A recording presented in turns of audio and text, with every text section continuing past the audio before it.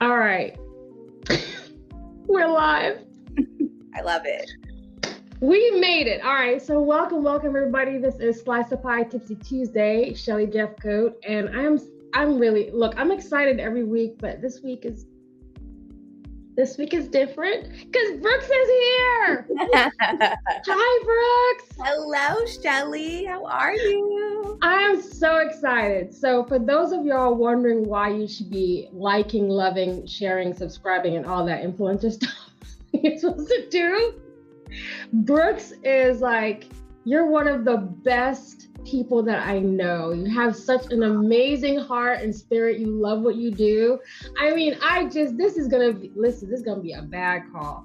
So especially for those of y'all who are creative mind thinkers and you're, all about just living your best lives and wherever you are in the country, all that stuff, this is for you, right? So Brooks, we don't have a list of questions. We're just gonna have a conversation. So for those of y'all, this is an entertaining episode, and you're gonna love it. All right. So first of all, I need to find out, what were you doing to prepare for this session? Like, how did you get ready for today? How did I get ready for today? Well, Beyonce Renaissance has me in a chokehold right now. I feel like I wake up just pressing play, and that's how I've been starting my day for the last week. Yes.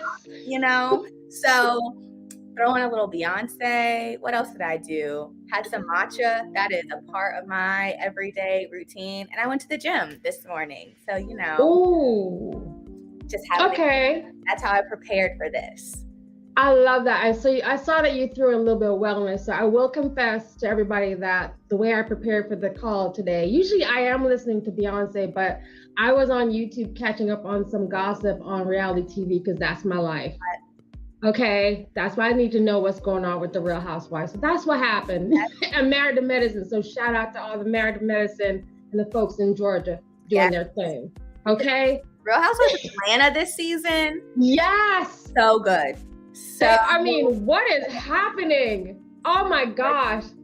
Oh yeah, and the fashion, y'all, you should, listen, it is what it is. So I'm just gonna throw it out. If you're not, if you need something to take your mind off of what's going on in the world, check out Real Housewives or Married to Medicine or 11 Hip Hop. Just follow all of it. All of it. It's guilty pleasure. Yes. So thinking about creative minds, I'm always curious. So I know what you do during the day. And so some folks don't know. So I'm not going to tell y'all everything that she does. Y'all need to follow Brooks on LinkedIn and figure out what's going on here. Okay. But really, really creative mind. And I was wondering, how do you maintain, how do you get inspired to do what you do? And then maybe give the people a little bit of what you do. Wow. How do you get inspired to be creative all the time? Yeah, no, that's a great question. So what I do, I'm a digital and social media specialist for a company. And I work specifically with talent acquisition. So really curating and creating content that our employees can share out, that expands our brand's reach, that makes potential candidates want to apply and work for us. So it's all about storytelling and telling the story of why our place of work is a great place to work and why you should work with us. So that is really fun. I think talent acquisition is a fun team to be a part of, just because, outside of the fact, that's their job as a recruiter, to get people, they actually are excited about working for the business. So I feel like I get inspiration from other people who are really fired up about the things that they're passionate about. And also I work really closely, for those that are viewing this, with Shelly, who is just the best with employer brand. And so working with people that are goal oriented and passionate about the work that they do really kind of fuels me. It makes me excited about projects that I can be a part of. It is, I would say it can be draining when you're creative, like in your professional life, but then you're also creative in your personal life. And so with social media, me doing it so much in my non-traditional like 8 to 5 role, Yeah. I do find myself trying to be creative in other ways outside of social media, just because when you do what you do for work, you don't want like your other passion areas to feel like work. So Yeah. it's interesting because I have a lot of friends that are like, you should do this on social media, like you should be this and do this more. Like I see these other people like showing outfits or whatever, and you could do that. And I'm like, baby, I do that every day. Okay. Exactly. Am I rolled? Like I'm not really sure if I want to like give the same amount of energy. So I do other things. Like I'm really into thrifting. I like fashion a lot. So I think I use that time creatively to go out and like shop or do projects inside of my house with decorating, that type of stuff. So where I'm still using the creative lens, but it's something non-work related, non-social media related. But I mean, if I'm in a good outfit, I'm still going to put it on Instagram. Yes. Let's not get it twisted. I do still like a good fit and I'm going to be on the gram, but I'm not putting like all my energy into Instagram or like TikTok or anything like that. Yeah. You know what's crazy? I feel like what a lot of people make assumptions about creative minds and creative thinkers. And so I feel like for me personally, I know I fall into both spheres where there are times when I'm very much square. I'm very, very structured, but there are times when I'm just very creative and I can go kind of in and out, you know, depending on whatever, right? So like we could be on a call and just drop the jewels, just, you know, there's no really thought patterns and just falls out. But there's also times when we are, you know, more structured and buttoned up. What are maybe some of the challenges that you think that creative thinkers have in trying to kind of walk that line, especially if you're a creative person and you're working in a corporate environment? Yeah, I mean, I feel like when you are creative, sometimes you have so many different types of ideas and you don't know how to channel them. Like I feel like I have a running list of things that I could be doing professionally or personally, and it can be kind of overwhelming because I'm not sure if other people relate, but I'm someone that I feel like I can't.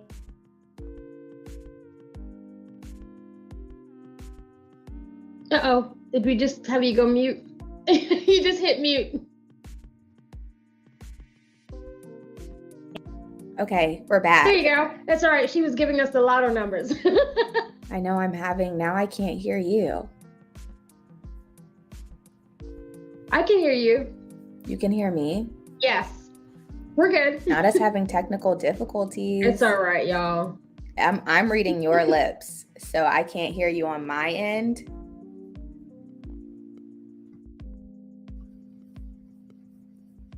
There you go. I can see you and testing. I still can't hear you. Okay, let me. Testing. Testing.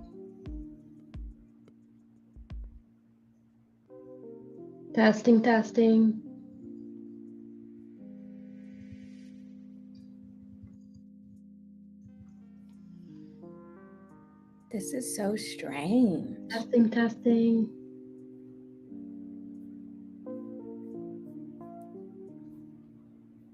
Testing. Okay, just bear with us. We're going to come right back and restart our live.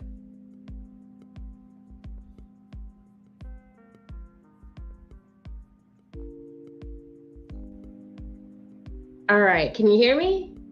No, let me leave and then rejoin. Can you hear me? Yeah. Okay, so I'm gonna leave and then rejoin and see. All right. Okay, so let me look at these questions. So how do you both manage your careers and make time to develop your personal brands? Is this a trick question, Reva? and then the second follow-up is, any tips on how to stay focused? So actually, let me take the first one, and then when Brooks comes back, and then Reva, if you can just type in the comments that you can hear me. Let me know if you can hear me in the comments. All right, so okay, are you back? Yes, I can hear. All right. I can hear you now. Okay, perfect. So we just got a question from Reva, and I was joking with that it's a trick question. It's not. So the question is, how do you both manage your careers and make time to develop your personal brand? And then we'll take the second question, tips on how to stay focused. So Brooks, you want to go first, and I'll come behind you on this one? I mean, honestly, I'm in the process where I kind of am struggling, where like managing the career and time to develop your personal brand. I mean, I think Shelly will talk about it, because I think she does an amazing job of it, because some people kind of view their professional self and their personal self like separate, which I think that's an okay thing to do as you try to figure out what your personal brand is. Before I got into digital and social media, I worked within higher education and student affairs specifically. So like, I don't think I really had to think too much about like who I was professionally and personally, because it all just kind of links together. Like, I was a student affairs professional. I was surrounded around college students.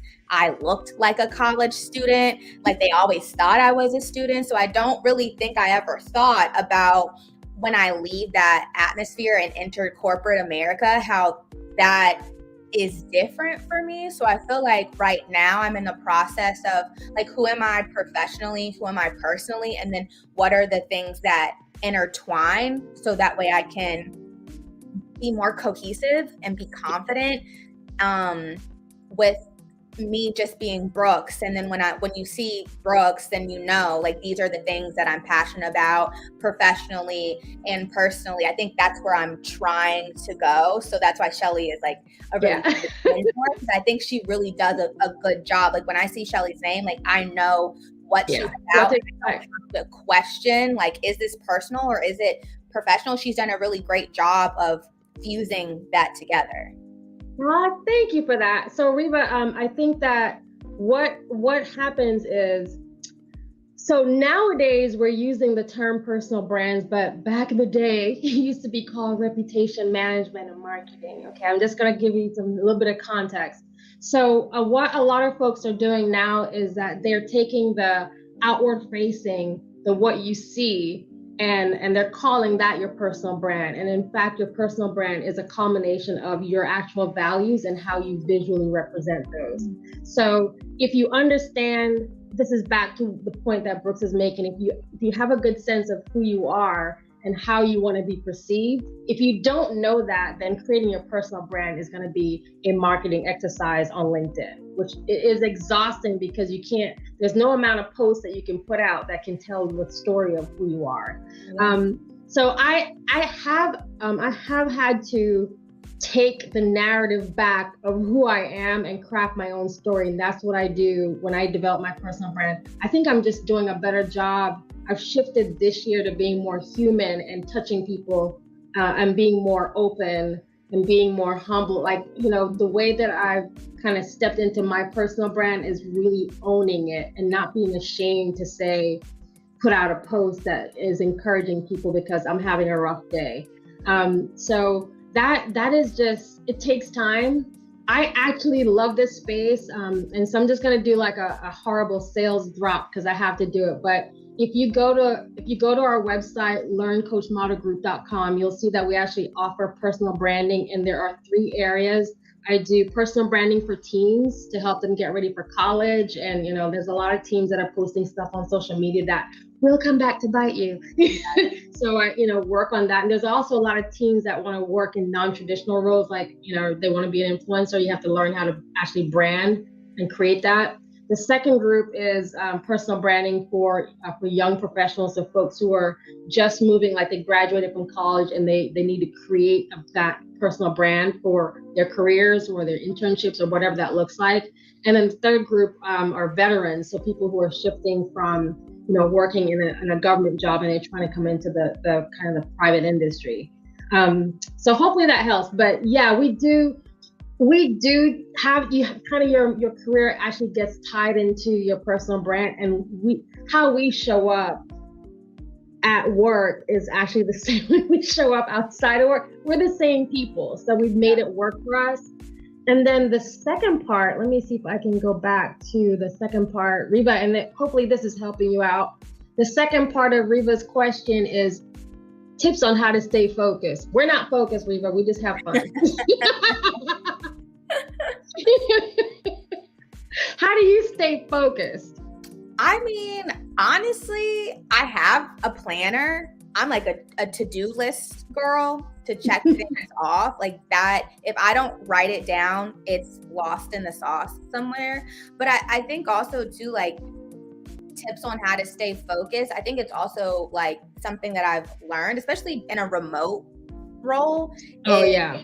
That I have to give myself some type of grace for like not being focused all the time, right? Because I feel like for me, being on and being like solely into the computer from 8 to 5 and like no breaks, no nothing, like that is just not realistic for me. Yeah. So I feel like outside of the agenda, which is a planner, like a tangible thing, I stay focused by like making sure I'm eating, like making sure I'm taking breaks, trying to create enough of a routine that makes sense for me. And when like my routine is good and I'm all aligned and I feel like I'm more like able to stay focused on the things that I need to do. Yeah, that's a tough one because we're creative thinkers. Yeah. Sometimes you get hit with inspiration and you just got to go with it. Yeah. So things just come to mind and you have to, I've learned now to be okay responding to it and I got to get it out. Yeah. But we are focused in that, to your point, Brooks, is I have a good sense of what the day looks like. Mm-hmm. Reva, this goes back when I'm talking about personal brand, and this actually becomes a part of your brand so that people know what to expect from you. That actually impacts your brand. So if you're someone who people can count on, you're dependable, you're responsive, those are values that are tied into your personal brand. And if you're consistent with it, then people learn okay, that's what I come to expect from Reva. If you're inconsistent with it, then they're like, I can't trust her. But you do have to, you have to figure out like prioritizing what's important. So even in social media, Brooks, like when you're sharing or posting or doing things, and Reva, hopefully that answers your question. Thank you very much. If you have more questions, anybody, just drop it in the chat and we'll definitely grab the questions. When you're looking at like now the creative mindset, I think that there's a lot of times people misunderstand this Yeah. as if it's not aligned to something. And I always warn people that anything that we do is actually aligned to a strategy. Like, don't mistake creative thinking or being kind of, when kind of like that reactive excitement. Don't mistake that for not being aligned to some kind of strategy. Like, do you get that sense, or do you ever come across those types of challenges of people thinking, okay, well, Yeah, well, I am brevity, it does not exist for me. So like, and I think that's just because my brain a lot of times is like working a lot faster than my mouth can move. And I do think that has a lot to do with my creative mind. And so because it's going, like, I could be zoned in on something and have an idea or get inspiration from somewhere else, and then I've lost where I currently was because I feel the need that I need to write something down or like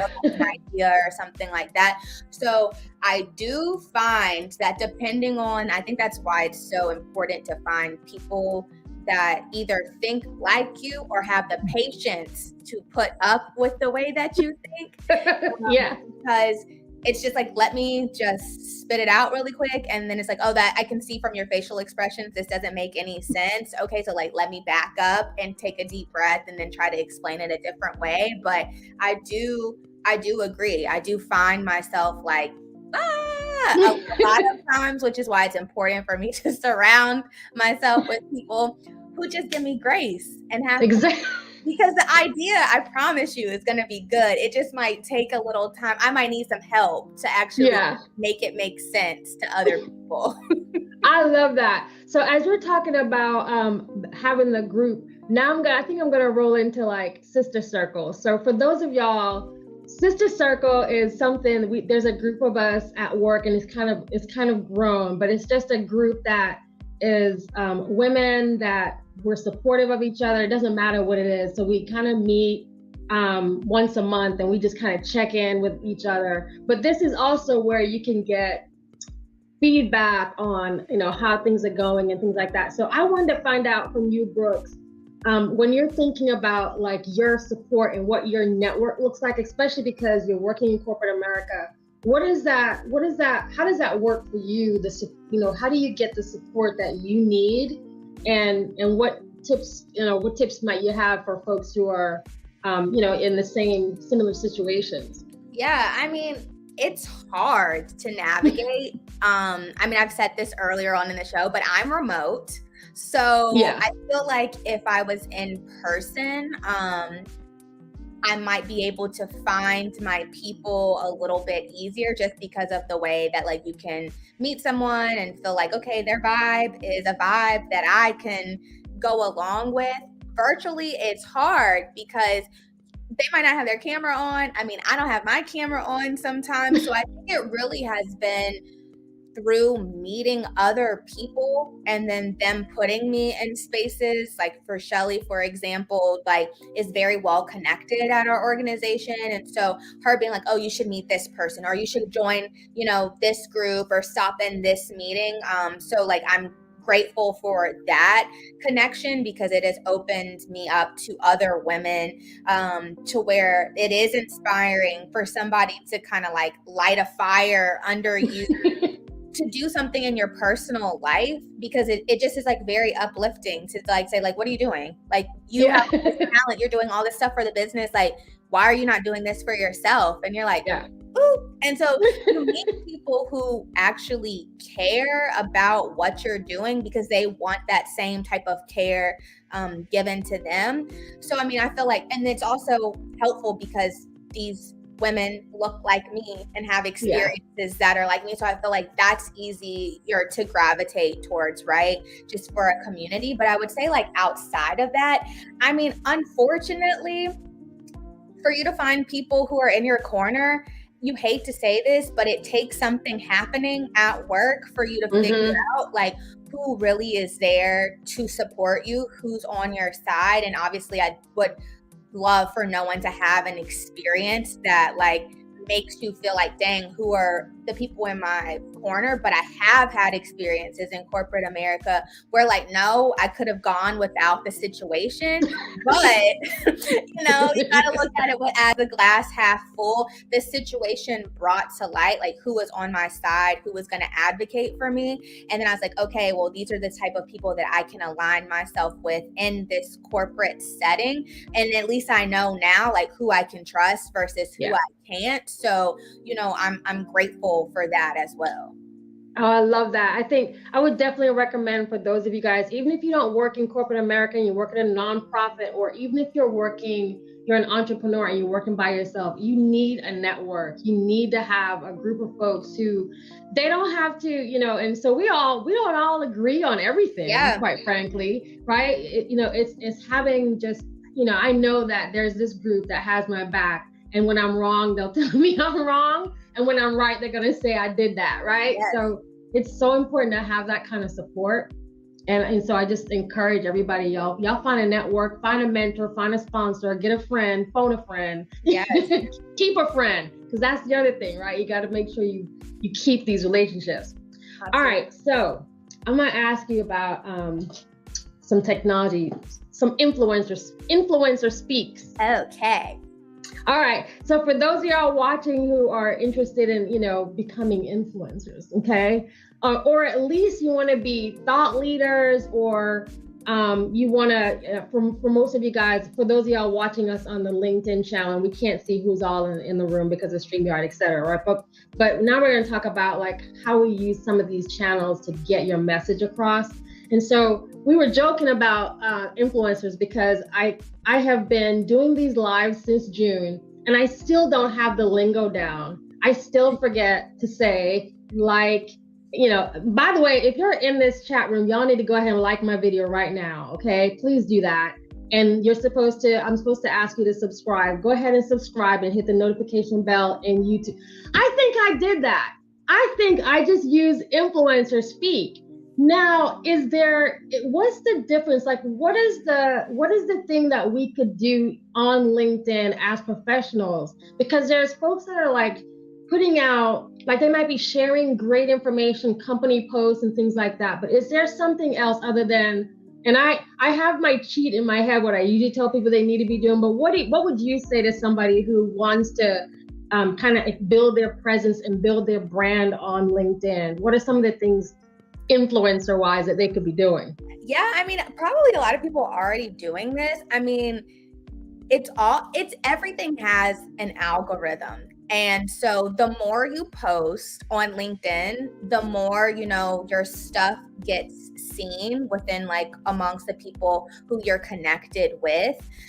So post more. That's the first thing. And the second thing, obviously, is like, if you're doing something cool and you don't feel like the reach is there, what hashtags are you using? I mean, literally, you can hashtag anything to expand the reach. There's websites where you can kind of investigate to see like which hashtags are the ones that are kind of like trending, or how many people are using the hashtags. You can just do a quick little Google search for that to see. But then also too, like, relying on your network to share, like tag people, tag companies or something, because all it takes is one person to be able to like see it and then reshare on their channel to get connected to like the people that they're connected to. So I would say those are probably like my top 3 suggestions. I mean, and then a fun one is just like trial and error. I think everyone is looking for like a specific like formula or method to be like, I want this. But a lot of times it's like a lot of the people that have the following, it was happenstance, or maybe they used somebody else's profile as a guy and looked at what they were doing and did the same stuff. And I mean, I say don't reinvent the wheel. Like, everyone's like, oh, I can't be an influencer. I'm like, why not? There's tons of them. Like, you all have to, everyone's starting from the same playing field, unless they go on a reality TV show or they have a viral video. Other than that, we're all doing the same thing. So like, why not get an account or follow someone and see what they're doing, seeing what they're posting, and then just copy it. Absolutely. And I think, what, the word and the term influencer even gets a bad rap, because quite frankly, you can be an influencer for your job. Yes. Okay. You can be an influencer for your team. You can be an influencer for a project that you're on. We need to stop using influencer as if it's a negative thing. There's affiliate marketing. There's ways to get paid and make that your career. But influencing in itself is just, your ability to reach more audience members and, kind of get more eyeballs or visibility on, maybe it's a product that you're selling, maybe it's a company you work for, especially if you're doing a lot of charity work or fundraising, you're influencing people to come and check you out. So for those of you who are sketchy about the term influencer, let it go. Yeah. I mean, I would honestly say, like, if that's the terminology that kind of is like, I don't want to think of yourself as like you're a connector or something. That's what you're trying to do. You're trying to connect yourself with other people, like-minded people, similar interests, that type of thing, and it's also like, shoot your shot with people that you want to work with or companies that you want to get seen with, because you just never know. Like, they're not always trying to look for people who have over 50,000 followers. Like, it only takes one DM to like maybe get some merch or something from someone, and then you can create your own campaign with that merch, and then for all you know, from that you could like get brought in to be a brand ambassador or something like that. So it also is about like, don't, just because you might not be where you want to be, so everyone has to start somewhere. That's a great point. Do you have any tips for like students or interns or folks who are just putting their feet in the water, just kind of learning? Um, I call it baby branding. They're baby branders, but just kind of learning and getting their feet. Do you have any tips that for those folks? Yeah, well, I mean, I think I would suggest that they kind of sit down and decide like who are they or who do they want to be. Find some people on social media like mentors or profiles or something, almost like making a mood board for your own personal brand. Like even if it's someone that they knew from high school that are doing really big things in college at their university, like look at their Instagram or look at the things that they're involved with in college, and then kind of start kind of shopping around and seeing like, okay, like maybe this is something I want to be aligned with, or maybe, ooh, I like that is similar to my personality, like how can I build off of that? So I would say you need to kind of have some type of plan. It doesn't have to be super structured, but like find something you like and then try that and then see how it lands. And the good thing is, as long as it's like a tasteful post, you're not doing anything too wild that would follow you years down the road, you can always delete it and do something. That's true. You know, but you have to take the risk. That's true. I love that. Take the risk. And you know what? I was thinking today as I was on LinkedIn. I'm on LinkedIn every day. Yeah. So I was on LinkedIn today. I was creating a post called "Celebrating My Wins."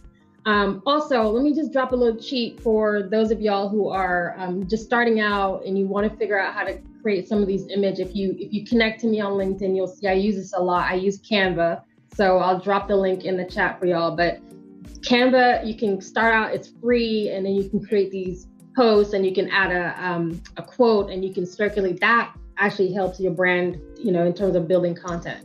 But when I was on there today, there was a woman, I won't say her name, she's got a ton of followers, and I happened to read her post today, and literally when I read it, for some reason for a moment I was turned off because I realized she hijacked somebody else's post and she just changed the word and then she put her name on it. And for some reason, the credibility that she had with me just disappeared. So there's a way that you can do this type of influencing that's really thoughtful. So be thoughtful about what you're doing, but understand that all it takes is one post and you lose credibility. People will go, okay, well, you're not authentic. You're just hijacking.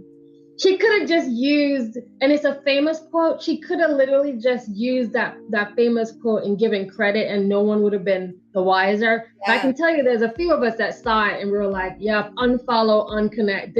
Literally was just like shutting it down, because that shows a side that you're willing to be someone else. You're willing to, kind of worm your way through. So just y'all, don't do none of that. That's lazy branding. Don't do that, because it definitely comes back to bite you. Yeah. All right. So now I want to talk about wellness, because I need advice on how to get myself together. How do you manage wellness? I mean, you live in a big city, okay? How do you manage taking care of yourself? That's a good one. I mean, I really don't feel like I had a good handle on it until over maybe the beginning of this year. Just because we were talking about this earlier before we became on live. It's a distraction sometimes, like being in a big city.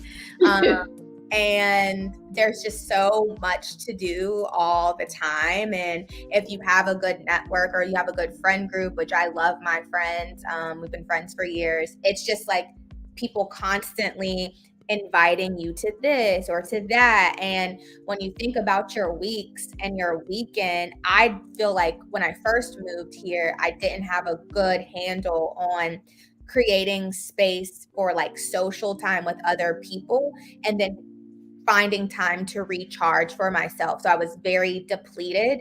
Now I feel like looking back on that and reflecting, I'm like, okay, these are the things that are important to me to get myself together before I can even enter a space where I'm feeling social. So for me right now, that's like fitness, got some fitness goals going on. So boxing right now, just Whoa.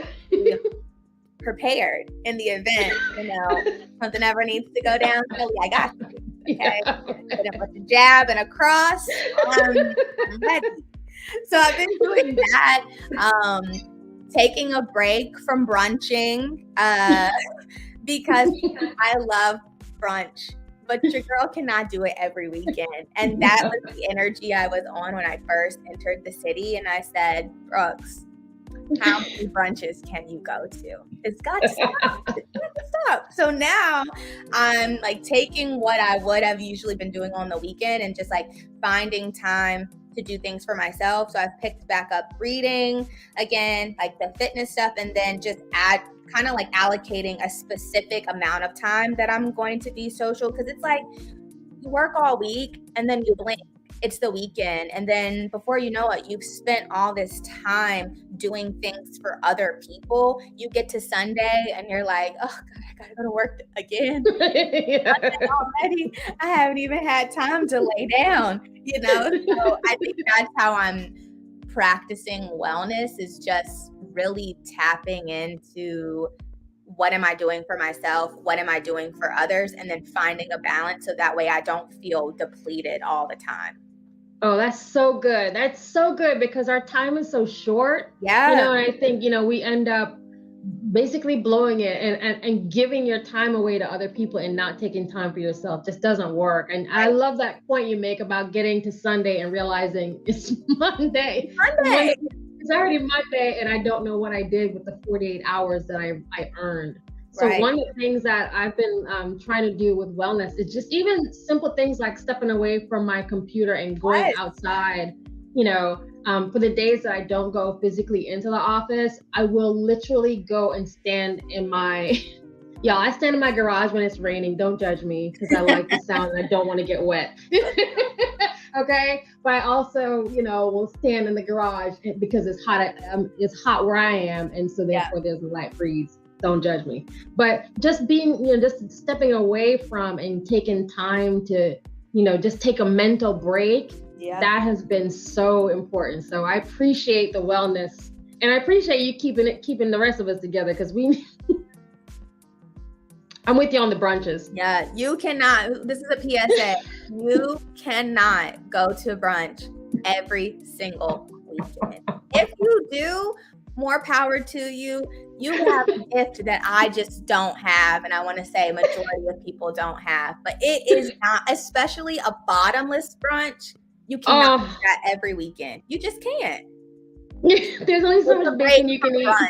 Hashtag take a break from brunch. Oh my gosh, we're using that hashtag. I'm dropping it in here. Take a break from brunch. And tell us what you're doing. And tell us what, yes. What exactly? Tell us what you're doing. Take a break from brunch.